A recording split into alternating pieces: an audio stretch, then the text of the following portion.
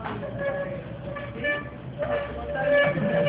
Es importante un curso que vamos a llevar, vamos a ver solamente algunas cosas muy generales de lo que es la cabeza. ¿Sí? Entonces, por ejemplo, conceptos. Cuando ustedes sepan cabeza, es importante que puedan manejar primero todos los huesos. Saber huesos, esto les va a abrir la puerta para conocer lo demás y les va a ser mucho más fácil. Entonces, por ejemplo, estamos viendo acá las características que vamos a encontrar en un cráneo, ¿no?, de un recién nacido. Por ejemplo, las órbitas que les decía, bastante grandes, ¿no? Vamos a tener, por ejemplo, los huesos no están totalmente consolidados. Entonces, los huesos van a tener pues varios espacios que existen entre ellos. Con el crecimiento, estos huesos se van consolidando, algunos se fusionan y se hacen unos solos, ¿no? En algunos va a permanecer la separación a través de las llamadas suturas, ¿no? Es característico, por ejemplo, es las llamadas fontanelas, que se conoce comúnmente como dicen molleritas. Ah, la mollerita. Entonces, por ejemplo, esto va a estar constituido, ¿no?, por una serie de ¿Todavía tienes? que va a estar uniendo ¿Todavía tienes? los extremos de los huesos. ¿Y para qué les sirve? ¿Para qué? ¿Cuál es su funcionalidad? Va a servir, por ejemplo, va a permitir el crecimiento, ¿no?, a nivel del sistema nervioso. Entonces, el sistema nervioso alcanza un crecimiento y luego eso se va a cerrar, ¿no? Por ejemplo, cuando hay una, y esto, por ejemplo, le permite tener bastante elasticidad. Por ejemplo, si hay un trauma, cuando se trata, por ejemplo, de un niño, o un trauma que se va a dar, por ejemplo, de una persona adulta, el trauma es mucho más para la persona adulta. Porque como nuestro cráneo no es una caja completamente cerrada, no tiene capacidad de dilatación. A diferencia de un pequeño, que sí va a tener capacidad de dilatación. Y tiene también elasticidad. ¿Bien? Entonces vamos a tener una serie de fontanelas. Tenemos, por ejemplo, la fontanela anterior, la fontanela posterior, ¿no?, la fontanela external y la fontanela mastroidea, que van a ser las más importantes. Y luego eso ya se va a ir cerrando, más o menos a la y media y ya está cerrando esas fontanelas. Claro que también se usa ya para la parte médica, se usa para otras cosas, ¿no? Por ejemplo, se utilizan para evaluar el crecimiento, si está yendo de forma correcta. También sirve para ver el grado de hidratación y también puede servir incluso para la aplicación de algún medicamento.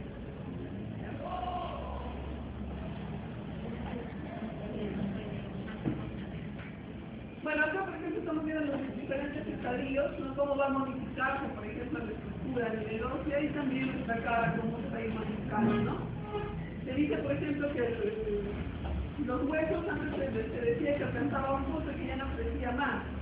Pero ahora se sabe que no, los huesos en realidad alcanzan un punto máximo, pero siempre va a estar modificando. ¿Ya? El crecimiento siempre va a ser activo. Claro que alcanza siempre un pico máximo, ¿no? Y de ahí se va a decrecer, va a bajar, ¿no? Por ejemplo, los picos máximos que van al crecimiento se van a dar durante la etapa de la pubertad.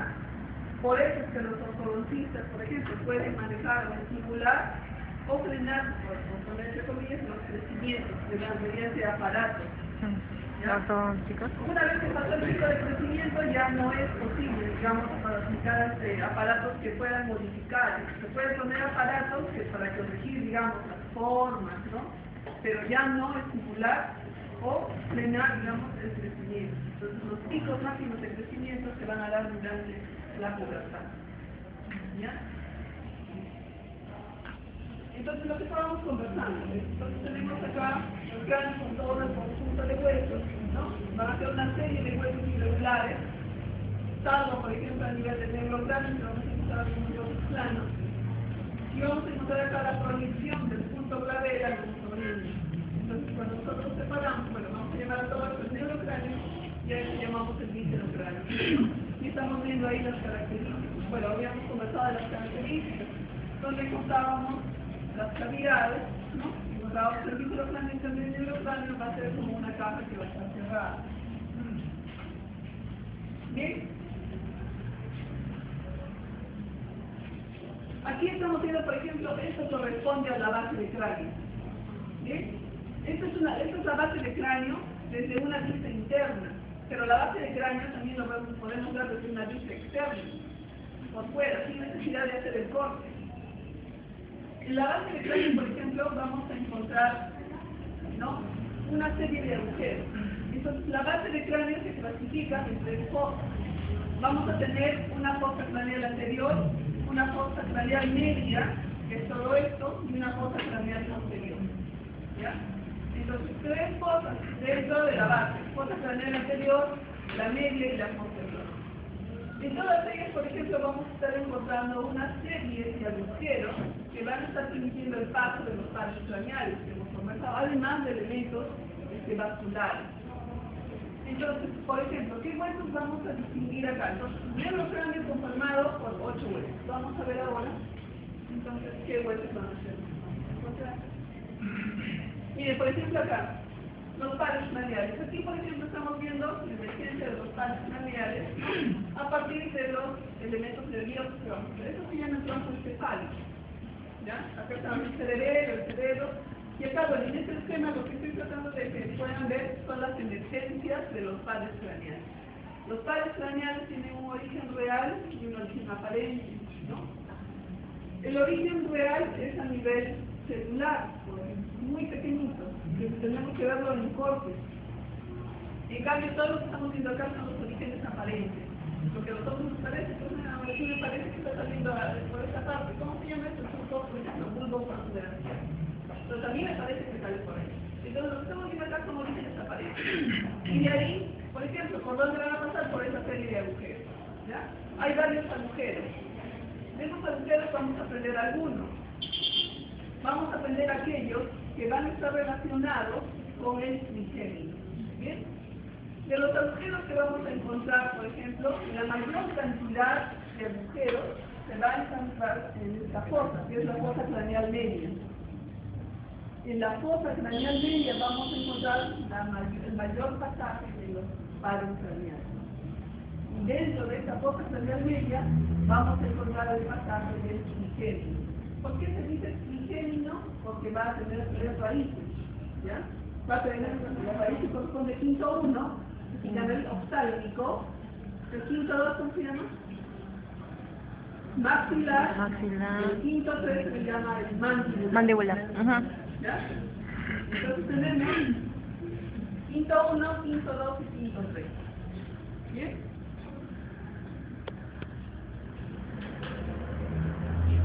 Acá, por ejemplo, este es un esquema de Netter, por ejemplo, ¿no? ¿Qué agujeros vamos a ver, por ejemplo? En la fosa craneal media vamos a ver varios agujeros, ¿ya? De ellos, por ejemplo, vamos a tener una llamada fisura orbitaria superior. Vamos a tener el llamado agujero redondo. Vamos a tener el llamado agujero oval.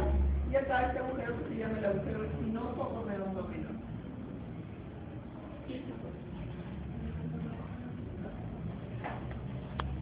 La fisura orbitaria superior, la fosa craneal media, el agujero redondo mayor, ¿ya? Agujero redondo o agujero redondo mayor, también se puede llamar.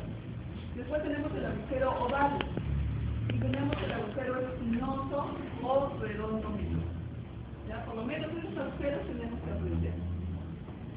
Entonces, ¿por qué estos agujeros van a ser importantes? Van a ser importantes porque vamos a ver, ¿no?, que están relacionados con elementos vasculonerviosos que vamos a ir tocando. Bien. Entonces, en el neurocráneo, ¿qué huesos vamos a tener? Vamos a tener, por ejemplo, el hueso frontal. El hueso frontal es fácil de estimar y acá el hueso frontal, ¿verdad? Después tenemos el hueso esfenoide. ¿Ya? El hueso esfenoide. Tenemos el hueso etmoide. El hueso etmoide es el que estamos viendo acá. Se ha hecho un corte, ¿no?, coronal, y hemos retirado parte del hueso frontal y lo vemos por dentro. Entonces este va a estar relacionado con el hueso frontal, eso es parte del hueso frontal. Y aquí tenemos este hueso que se llama el hueso etmoide. Se dice que tiene la forma como de una balanza, porque tiene un eje central, tiene dos porciones que vienen a ser llamadas matrices laterales y de ahí va a estar colgando parte de la balanza de los documentos. En la práctica lo vamos a describir un poco más. Después tenemos dos huesos parietales. Los parietales también se conocen, ¿verdad? Parietales. Tenemos los temporales. Y tenemos el hueso occipital. ¿Sí? Entonces, un frontal, un esfenoide, un etmoide, 2 parietales, 2 temporales y 1 occipital. Eso tiene que ser lo que pertenece al... ¿Quién? Una preguntita así breve. Un audiólogo menciona solamente 6 huesos, pero obviamente nos dice 8 porque para iniciar y separar por todos, ¿no? Claro, estamos viendo el conjunto todo. Pero son 8 huesos. Claro, son 8. Ahora, ¿qué pasa? Por ejemplo, el hueso estenoides, algunos autores, por ejemplo, algunos lo consideran dentro del neuro, otros lo consideran dentro del íntegro, ¿ya? Pero la mayoría lo considera dentro del neuro. Dentro del neuro. ¿Saben por qué? Porque acá, por ejemplo, tenemos las fosas nasales. Y este hueso de etmoides también se relaciona con las fosas nasales. Entonces ellos dicen, no, entonces pertenece al víscero cráneo. Y otros dicen, no, pero acá lo tenemos en base de cráneo. Entonces vamos a tener el hueso de base de cráneo. Entonces es un huesito que puede ser distintivo. Pero acá lo estamos considerando acá en negro cráneo. ¿Ya? Bien, acá estamos viendo el hueso frontal. El hueso frontal va a tener sus partes, por ejemplo, va a tener su escama. Por eso se le llama su porción escamosa. ¿Ya? Va a tener su porción nasal. Porque esta porción nasal se va a articular con otros huesos para formar la nariz. Entonces va a estar en la raíz de la nariz, encontramos parte de ese hueso frontal. Entonces el frontal no solamente es el frontal se va hasta acá. ¿Ya? Y va a tener, por ejemplo, 2 porciones orbitarias. Porque está formando, ¿qué cosa? El techo de la cavidad orbitaria. El hueso frontal no solamente eso, abarca toda esta parte y va a estar formando también el techo. ¿Ya? Entonces, ahora el hueso frontal vamos a ver que va a tener diferentes características, pero vamos a ver, en general estamos diciendo que tiene una porción nasal, tiene sus porciones orbitarias y tiene su porción escamal.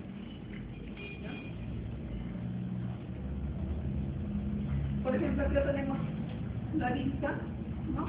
Donde vamos a encontrar, eso viene a ser pues el techo. Y miren, acá hay una escotadura, ¿no? ¿Y por qué existe esto? Para que pueda articularse con este huesito que es el esmoidal. Por eso se llama esto la escotadura etmoidal. Eso se llama la escotadura etmoidal. Y por ejemplo, cuando hemos visto el corte, la quitada de la cabeza, hemos visto diferentes senos, ¿no es cierto? Había varios senos. Entonces, el hueso frontal va a tener varios senos. Entonces, por ejemplo, acá, ese corte que hemos visto de cabeza lo vimos ya en el preparado, pero acá, por ejemplo, estamos viendo a nivel de estómago, ¿verdad? Todos estos son senos frontales. Entonces, este hueso nos sirve también porque tiene senos que van a estar permitiendo aligerar el peso de la cabeza, sí. ¿Cuáles son las funciones del seno? Aligerar el peso de la cabeza, calentar el aire. Calentar el aire. Caja de resonancia. Vamos a ver los principales detalles. Y aquí estamos viendo el otro hueso, miren, el estenoide. El estenoide es un hueso que va a tener, por ejemplo, la mayor cantidad. Este hueso pertenece, por ejemplo, a la fosa craneal media. Hablamos de 3 fosas craneales, ¿cierto? El hueso frontal, ¿en qué parte está? ¿El anterior, el medio o la posterior? El anterior. El etmoide también es el anterior. En la fosa craneal media vamos a encontrar en la parte central a ese hueso, que viene a ser el estenoide, que tiene la forma como de un murciélago. Tiene su cabeza de murciélago, 2 alas y 2 patitas. Sí. ¿Ya? Entonces, este huesito es bien interesante porque va a tener una serie de agujeros. De todos los huesos, por ejemplo, este es el único que va a tener la mayor cantidad de agujeros para los craneales. Tiene más agujeros. Entonces va a tener, por ejemplo, el agujero óptico, tiene la fisura orbitaria superior, tiene el agujero redondo mayor, el agujero oval, el agujero redondo menor. Entonces, de todo, por ejemplo, de todos los agujeros que nos interesan, ¿no? ¿Dónde vamos a encontrar el mayor contenido? Dentro de este hueso, que es el hueso estenoide. Tiene muchos detalles para su descripción. Vamos a ver lo más importante. Tiene, por ejemplo, un cuerpo. ¿Cuál es el cuerpo de esto que está acá? Su cuerpo. Y de ahí va a tener sus apófisis, que son prolongaciones, son lo que va a salir de él.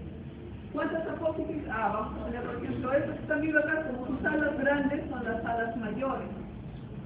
después tiene como los cachitos, acá, son las alas menores.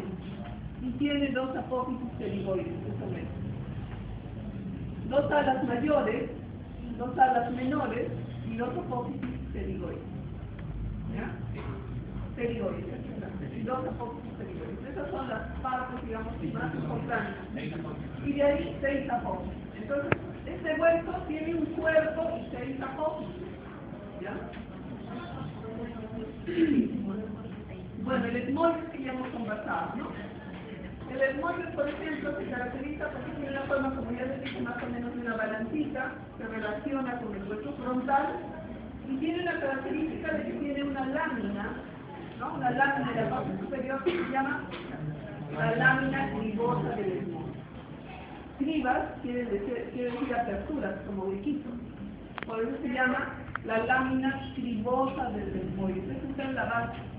¿Y para qué me sirve esto? ¿Por qué hay tantos arterios ahí? Porque por ahí van a estar pasando filetes del nervio atómico. Entonces eso nos va a estar comunicando el medio externo con sistema nervioso. Entonces por acá, en esta base, en el plano lo van a ver mucho mejor, vamos a encontrar, ¿no? ¿Cómo se llama? Lámina cribosa del esmoides. El hueso temporal, por ejemplo, vamos a ver también que el hueso es un hueso bastante irregular. El hueso temporal es un hueso muy irregular. Va a tener, por ejemplo, también su porción. Tiene su porción escamosa. Hacia adentro va a tener una porción que se llama la porción petrosa. Tiene una porción mastoidea. La porción mastoidea ustedes pueden tocar por detrás del pabellón. Atrás hay una parte saliente de un hueso que sobresale. Esto se llama su porción mastoidea, ¿no? Su porción timpánica relacionada con el oído y su porción yoidea relacionada con la apófisis estiloide. ¿Ya? Entonces esas vienen a ser las porciones del hueso temporal, que es un hueso bastante complejo. Está relacionado con el oído, muy relacionado con el oído. El hueso parietal, yo les voy a pasar el archivo. El hueso parietal, en cambio, miren, tiene una forma más o menos cuadrangular. Y es el que va a estar formando, por ejemplo, la mayor parte de quién, ¿cómo se llamaba esto? Todo esto, la bóveda. Entonces, es importante, ¿no? En la formación de la bóveda. Tiene sus ángulos, ¿no? Sus ángulos, tiene sus bordes. Esto ya lo vamos a tocar un poquito más en la práctica. ¿Ya? El hueso occipital, que está localizado en la parte posterior. Importante, por ejemplo, en esta parte posterior acá vamos a tener dos líneas nucales, una línea nucal superior y una línea nucal inferior, ¿ya? Superior, inferior, los principales. Ellas, por ejemplo, van a estar relacionadas con las sensaciones musculares.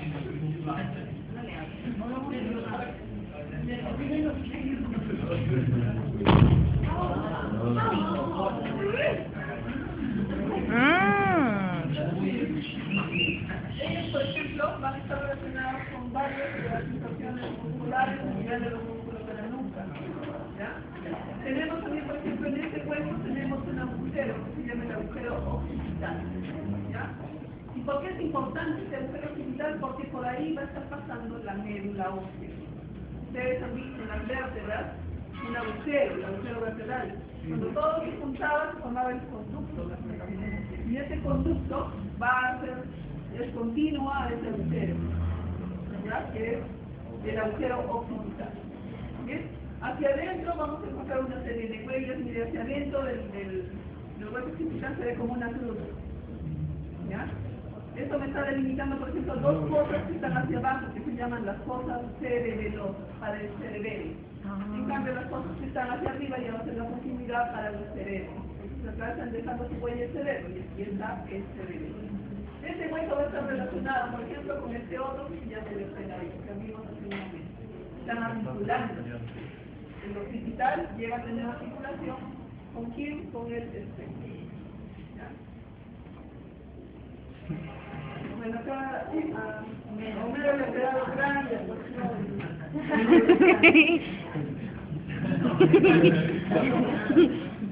Dice, el tronco de su víscero cráneo, miren cómo está completamente lleno. Sus sentidos están al máximo, su sistema nervioso está reducido. Bien, vamos a ver ahora el viscerocráneo. Entonces, ¿cómo está conformado el viscerocráneo? Vamos a tener 14 huesos. ¿Cuáles son? Maxilares. Los maxilares están a esta zona. Tenemos dos. Uno y dos. Dos huesos maxilares. Maxilares. Arriba son los maxilares. Vamos a tener después otro hueso que se llama el hueso malar. El hueso malar es el que forma la prominencia de este nivel. Hueso malar o cigomático también se llama. Se dice que es un factor de estética el hueso malar. Bueno, luego vamos a tener por ejemplo otro hueso que se llama el hueso palatino. Nosotros ya hemos visto, por ejemplo, hemos visto el paladar, estaba formando parte del paladar, nuestro hueso palatino. Después vamos a tener, por ejemplo, el gómer, ¿no? También lo vimos en la cavidad nasal. Entonces acá, claro, estamos viendo acá, y acá también vemos parte del gómer. Ahora lo vamos a ver de forma individual. Vamos a tener el lúbrico lacrimal, que va a ser un hueso pequeñito, que va a estar localizado en las partes laterales de la región nasal. Es pequeñito, tiene una forma más o menos cuadrilátera. El cornete inferior, que vamos a encontrar acá. Por ejemplo, ustedes han visto los cornetes. ¿Cuántos cornetes tenemos? 3. El cornete superior y el cornete medio van a ser parte de un hueso que viene a ser el hueso esmoide. Esos dos, el cornete superior y el medio son parte del hueso esmoide. Pero el cornete inferior es un hueso independiente que va a estar incluido dentro de los huesos de viscerocráneo. Entonces, por eso tenemos acá el cornete inferior, que van a ser uno de cada lado, por eso están todos.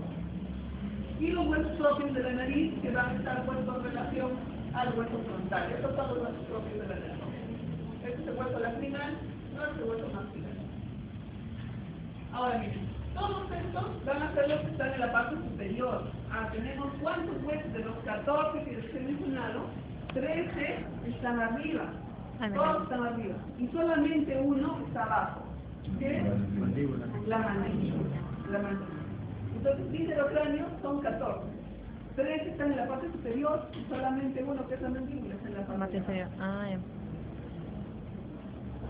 Y ahí también la mandíbula. Entonces, la mandíbula, por ejemplo, va a estar relacionada, ¿no?, con el hueso temporal. ¿Ves? Este es el hueso temporal. El hueso temporal tiene una cavidad que se llama la cavidad glenoidea. Esa cavidad glenoidea está relacionada con la mandíbula. ¿Con qué parte de la mandíbula? Una parte ovoide que se llama el cóndilo de la mandíbula. Ah, claro, el cóndilo, sí. ¿Ya? Entonces, eso se llama cóndilo de la mandíbula y eso se llama la cavidad glenoidea. Claro. ¿Dónde está la cavidad glenoidea? ¿Qué hueso? Temporal. El hueso temporal. ¿Ya? Y esta articulación, gracias a esta articulación, es que nosotros podemos hacer la apertura, el cierre, todos los movimientos que hacemos es gracias a esa articulación. Entonces estamos viendo que el hueso temporal y la mandíbula son los que van a estar formando esa articulación. ¿Cómo se llama esa articulación? ATM, ¿no? Articulación Temporomandibular. Aquí estamos viendo, por ejemplo, el hueso maxilar, que va a tener una estructura bastante compleja, ¿no? Y este hueso, por ejemplo, miren el hueso maxilar, cómo está formando parte de la cavidad orbital, forma parte de la cavidad nasal y forma parte de la cavidad nasal. ¿Ya? Entonces, este es un hueso que forma parte de diferentes cavidades. Es un hueso bastante complejo, ustedes ya lo van a ver con detalle. Una cosa importante de este hueso maxilar es que va a tener, por ejemplo, teníamos diferentes senos. Hay un seno que se encuentra en este, que se llama el seno maxilar. ¿Y por qué nos interesa tanto este seno maxilar? Porque está relacionada con las piezas dentales. Entonces, por ejemplo, esto es importante. Vamos a suponer que tenemos acá las piezas dentales, ¿no? Y acá tenemos el seno maxilar. Muchas veces, digamos, las piezas, los ápices están lejos. Si usted está con esta pieza no hay problema porque no va a haber comunicación con el seno maxilar. Pero puede haber casos que esto tiene mucha proximidad. Esta zona es totalmente estéril, limpia. En cambio, la boca es una zona muy contaminada. Si no se sabe, por ejemplo, ¿no? Y se hace, digamos, una práctica muy difícil, que ha sido muy cruenta, entonces se puede fracturar, sacar el diente, pero comunico eso. Comunico el seno maxilar con la cavidad bucal. Al haber comunicación del seno maxilar con la cavidad bucal, eso quiere decir que el seno maxilar se puede producir un proceso infeccioso a nivel del seno maxilar. Y por eso hay veces que sacan el diente, sobre todo la segunda molar superior, y que no hay cuando sane, no hay cuando cierre. Al contrario, lo siente pesado, lo siente caliente, le molesta, le duele. Entonces, ¿por qué? Porque se ha producido una comunicación del seno maxilar con la cavidad bucal. Y eso no está sucediendo a nivel del hueso maxilar. Ahora hay una serie de técnicas para que se pueda solucionar eso. Pero tienen que saber que eso puede suceder cuando, sobre todo, se extrae la segunda molar superior. Es la pieza que está más próxima al seno maxilar. Aquí, por ejemplo, están viendo, ¿no? El crecimiento del hueso, tanto del maxilar como de la mandíbula, está muy relacionado también con la erección de las piezas dentarias. Acá tenemos las piezas deciduas, aquí tenemos la formación de las piezas permanentes. Esta formación, esta consolidación de las piezas dentarias permanentes va a estar permitiendo también el crecimiento de tanto del maxilar como de la mandíbula. ¿Ya? El seno maxilar, ojo con esto, el seno maxilar también, por ejemplo, en las personas, o bueno, en los niños, es pequeñito, en el recién nacido, miren qué tamaño tiene el seno maxilar. Pero este seno maxilar va creciendo, va aumentando en cuanto a volumen. Y cuanto más edad tenemos, el seno maxilar va a ser más grande. Eso quiere decir que a las personas que son muy mayores y tienen para sacarse una pieza dental, no tienen que tener más cuidado. Tienen que tomar, por ejemplo, una radiografía, ¿no? Y tienen que tener más cuidado. Y si se presenta, digamos, tiene mucha proximidad, entonces tienen que tomar los reparos necesarios para que se pueda solucionar en caso de una medicación. Bien, vamos con el hueso palatino. El hueso palatino, en cambio, tiene, por ejemplo, la forma que dice en una L mayúscula. Y va a estar relacionado muy íntimamente con el hueso maxilar. Tiene una lámina, que se dice una lámina horizontal, que es esta, y tiene una lámina vertical. Y se dice que tiene una forma más o menos de una L. Y este se va a estar articulando con el hueso maxilar. Y aquí estamos viendo los dos están formando parte del paladar. ¿Qué paladar? Del paladar. Bueno, miren, el hueso malar va a ser digamos, ¿por qué tiene importancia? Porque es el hueso que está uniendo los huesos que pertenecen, por ejemplo, al víscerocráneo, los demás huesos del víscerocráneo van a estar uniendo a huesos que pertenecen al neurocráneo.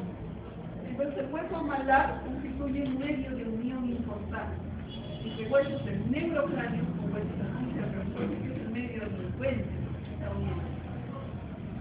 Bueno, va a tener, por ejemplo, de acá, por ejemplo, ¿qué podemos destacar? Que va a tener unos agujeritos que van, y por esos agujeritos vamos a tener emergencia de nervios que van a permitir sensibilidad del lugar. ¿Ya? Entonces, por ejemplo, va a tener un agujerito que se llama el cigomático facial, y por dentro, ya vamos a ver en la práctica, hay otro agujerito que se llama el cigomático temporal. ¿Ya?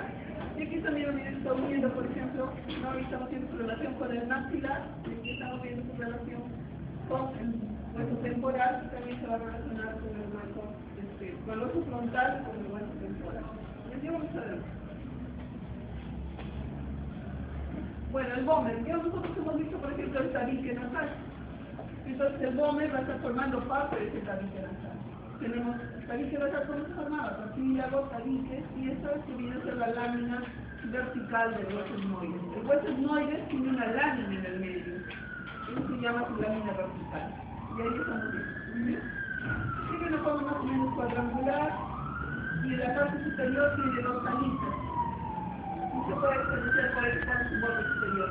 Todo es llano, todo recto, solamente su borde superior se abre así como dos alas, se pega, ¿no?, hacia el hueso del senoide.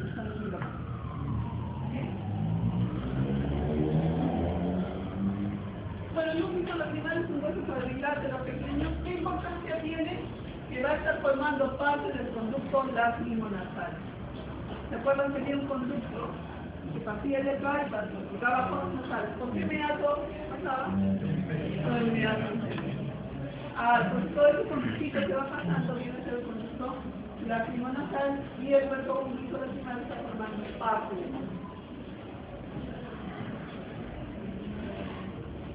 Bueno, la concha por metro inferior, que es un hueso independiente, tiene la forma como de una hoja seca, ¿no? Y va a tener una parte fija hacia la pared y tiene una parte libre, que se va a proyectar hacia la parte izquierda.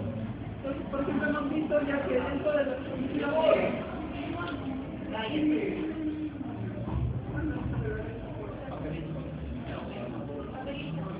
entonces, por ejemplo, este va a servir dentro de las condiciones de los movimientos, ¿no?, que va a estar impidiendo, por ejemplo, un pasaje muy rápido del aire, de manera que va a detener, digamos, va a ser silencio el pasaje y va a ser, por ejemplo, por lo tanto, va a permitir el mayor calentamiento del aire.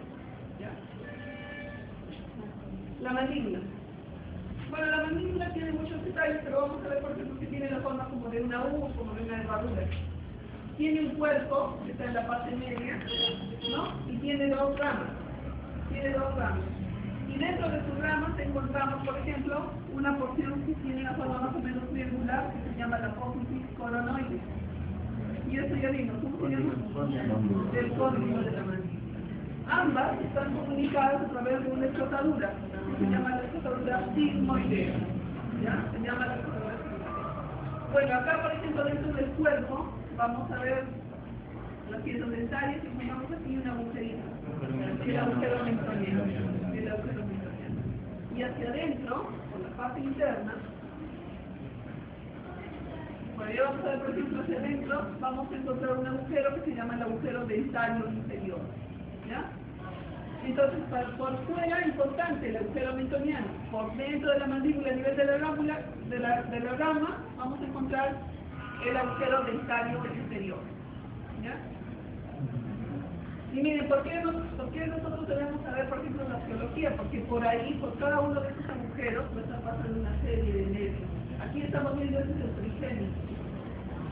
trigémino. De acá, el quinto uno no nos interesa tanto, porque viene a ser el oftálmico, para ojo. El quinto 2 nos interesa mucho, porque miren, este va a pasar para los dientes dentarios superiores, ¿no? Para paladar, para también pasar la nariz. Y el quinto 3 también, porque se va para la mandíbula. Entonces, quinto 1, quinto 2, quinto 3. ¿Cuál nos interesa más? Quinto 2 y quinto 3. ¿Ya? Quinto 2 y quinto 3. ¿Por dónde pasa? ¿Por dónde va a pasar el quinto 1? Pasa por la llamada fisura orbitaria superior.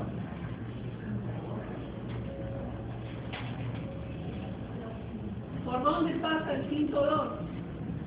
Pasa por el agujero redondo.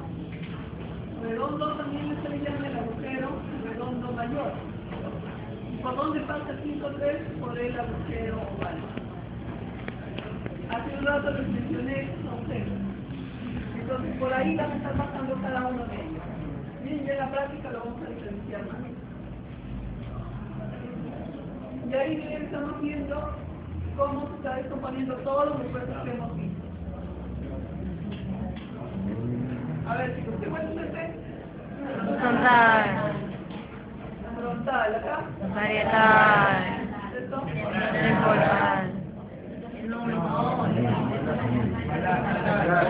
Malar. Malar. Acá. Mandíbula. Maxilar. Esfenoides. Occipital.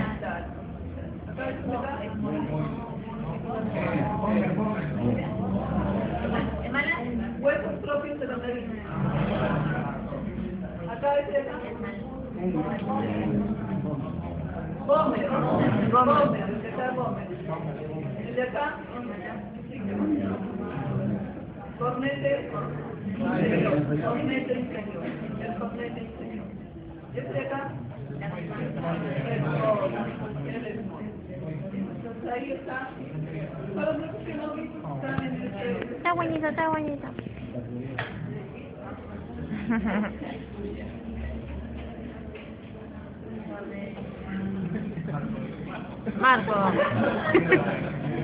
Marco quiere un kiss. Marco quiere un kiss.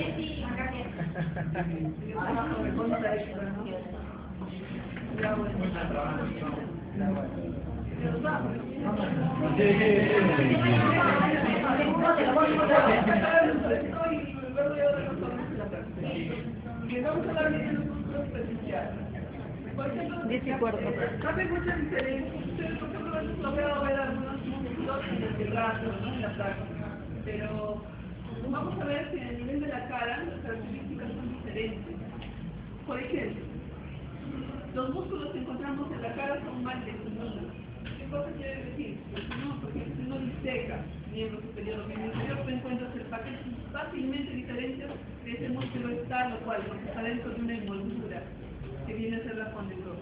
O sea, cada músculo tiene esta foneurosa. Estos músculos que vamos a encontrar a nivel de la cara no tienen esa característica, son mal definidos, no tienen una envoltura propia para ellos. Tienen una forma más o menos acintada, ¿ya? Pero no es muy definida. Y tiene otra característica, por ejemplo, los músculos han sufrido en aprender, por ejemplo, la origen-inserción. En este caso, por ejemplo, van a tener un punto de origen, pero su punto de inserción no va a ser a nivel óseo, sino que va a ser a nivel de piel, o se mezcla con fibras de otro músculo. Entonces solamente va a tener un punto en la cual tiene una fijación ósea, su otro extremo no tiene la fijación ósea. ¿Bien? ¿Para qué nos sirven los músculos superficiales de la cara? Porque van a permitir movimiento y se expresa de su estado de ánimo, ¿no? Entonces tú le ves la cara, en la que está sonriendo, está feliz, está triste, está con su comisura hacia abajo. Entonces, si está molesto, está fruncido el cejo, o está preocupado, pues más o menos te das cuenta cómo es su estado de ánimo. Entonces, principalmente para eso. ¿Sí? Ya cuando se tira la cara por eso ya no se sabe qué cosa que puede sentir, ¿no? Cuando está entonces... Tantos botones. Claro.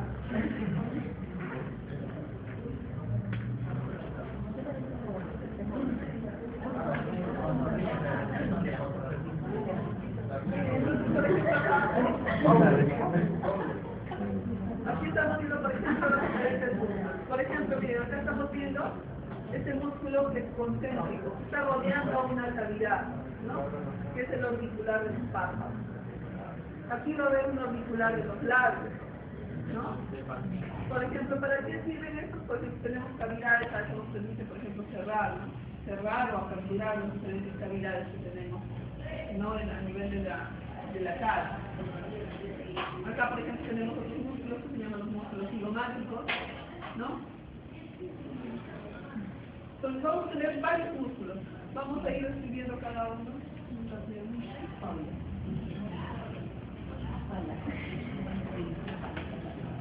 Mire, dentro de los grupos vamos a tener, dentro de estos músculos vamos a tener músculos que se llaman epicraneales, sobre el músculos nasales en relación con la nariz, el orbicular de los párpados y los músculos de la boca. Dentro de los músculos de la boca vamos a tener solamente un músculo que es constrictor.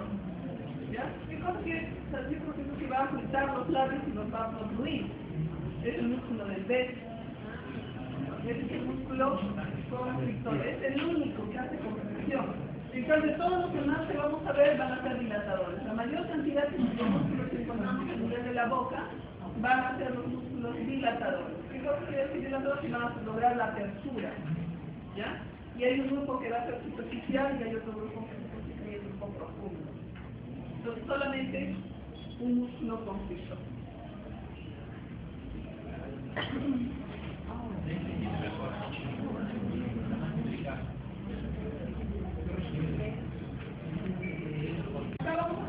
ejemplo, cuando vemos parte de los músculos epicraniales. En los músculos epicraniales, por ejemplo, tenemos un músculo que se llama el occipito frontal. ¿Ya? El occipito frontal viene desde acá, occipito, y llega hasta acá, frontal. Todo. Va a estar unido a través, pero no todo es músculo, sino que hay una interfase entre ambos, que se llama la polibrosis epicranial. ¿Ya? Entonces, este músculo, por ejemplo, es uno de los que pertenecen a los epicranianos, ¿no? Y esto, por ejemplo, se dice que expresa sorpresa. Cuando lo sorprendemos, entonces se arruga la frente de arriba, dice que es su expresión, que pasa sorpresa. Después, por ejemplo, tenemos a nivel de los ojos, tenemos el auricular de los párpados. ¿Ya? Los principales los voy a mencionar. A nivel, por ejemplo, de la región nasal, tenemos este músculo que se llama el prócero piramidal. ¿Ya? Tenemos este músculo, por ejemplo, que es el músculo nasal, que tiene sus porciones transversa y seccional. ¿Ya? A nivel de la región nasal. Por ejemplo, a nivel de los labios, este es el músculo constrictor, por ejemplo, es el único músculo constrictor, que es el músculo orbicular de los labios. Entonces, el único músculo constrictor es el músculo orbicular de los labios, no se olviden. ¿Ya? Y miren, que tenemos acá el músculo orbicular de los labios, pero a él le están llegando varios, miren. Es como si fuera el eje central, como un sol, y los demás fueran sus rayos. Los rayos son los que van a traccionar para que esto se ligaje. ¿Qué músculos tenemos, por ejemplo, en la periferia? Vamos a mencionar algunos. Por ejemplo, acá tenemos este músculo que está llegando a dónde. ¿Cómo se llama este de acá? Comisura. Ya, entonces esto se llama el depresor de la comisura labial. ¿Por qué depresor? Porque jala. Y se dice que es el músculo del admisterio. ¿Ya? Ese es el depresor de la comisura labial. Entonces acá, este que están viendo acá, este es el músculo cigomático mayor. Cigomático mayor. En cambio, este músculo se dice que es de la sonrisa franca. ¿Por qué? Porque cuando tracciona, ¿qué cosa va a hacer? Y aprobaron anatomía, entonces.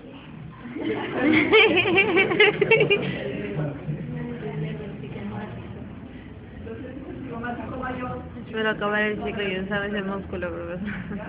Por mencionar algunos. Hay muchos más, ¿no? Y eso lo van a ver en su clase. ¿Falta? Último, con esto acabamos. Qué bacán. No. Bien. Cuando vemos, por ejemplo, la cara, no se olviden. La cara, por ejemplo, va a haber vamos a tener diferentes tipos de inervación. Vamos a hablar. Tigre, me está poniendo la grabación. Que son, bueno, hay una inervación que es sensitiva y hay una inervación que es motora, que es la cara. Entonces, por ejemplo, todos los músculos que hemos visto se mueven. ¿Por qué se mueven? Porque ahí le llegan nervios, ¿no? Que van a darle esa movilidad, que es el nervio facial. Gracias al nervio facial movemos los músculos de la cara. Movemos, se mueven. Pero, por ejemplo, les dan un besito a ustedes, acá en la frente. ¿Por qué perciben hacer eso? Porque tenemos capacidad de sensibilidad. Es otro tipo de inervación. Entonces, ¿quién le va a dar? Eso lo va a dar el trigémino. Entonces, el trigémino da la inervación sensitiva y el nervio facial da la inervación motora. ¿Ya? Entonces, inervación sensitiva, ¿qué? Trigémino. Motora. El nervio facial. ¿Ya? Entonces, el trigémino tiene quinto 1, quinto 2, quinto 3. Y ellos se distribuyen en la cara. ¿Ves? Entonces, acá quinto 1, acá tenemos quinto 2 y acá tenemos quinto 3. Cuando le dan un besito a los labios, entonces, a ver, ¿qué ramas del trigémino salían? Quinto 2, quinto 2,